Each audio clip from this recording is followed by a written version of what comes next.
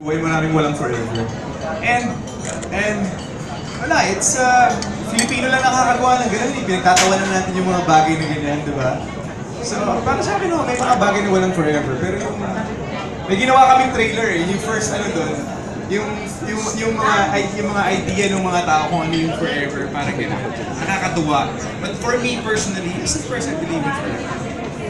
Siyempre, tinutukoy niya yung, siyempre, pag-ibig, pag-mamahalan. Oo naman. So, naniniwala ka na may forever. Oo, kasi kumbaga yun yung konsepto mo ng forever eh. Kung sa tingin mo kahit na matigok ka na yung pag-ibig mo, magtatagal, di ba? Maganda eh, romantic ako, wala akong magagawa eh. I mean, I believe in God. Really. And, ano mo yun?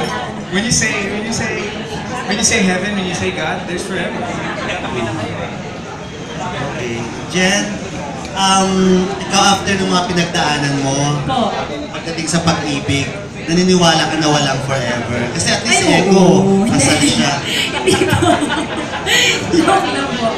Hindi, siguro, hindi para sa akin ha. Kasi siguro kung hindi ako naniniwala, kasi wala naman talagang forever. Kumbaga lahat mamamatay, lahat masisira, di ba? Pero may pang lifetime siguro, habang nabubuhay ka, habang nandyan ka, pwede, di ba?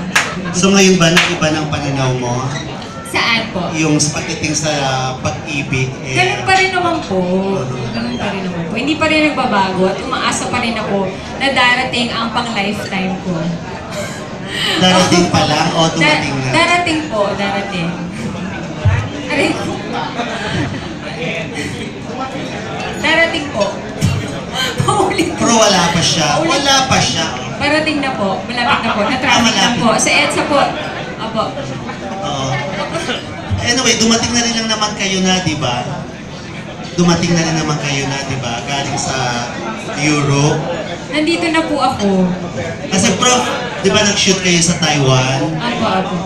Bago mag-Taiwan, nagbakasyon ka for a while. So, mabuting pwede ma-share ko, ano lang pwede mong ma-share sa amin doon sa bakasyon niya sa... Ang ma-share ko lang po talaga yung walang forever.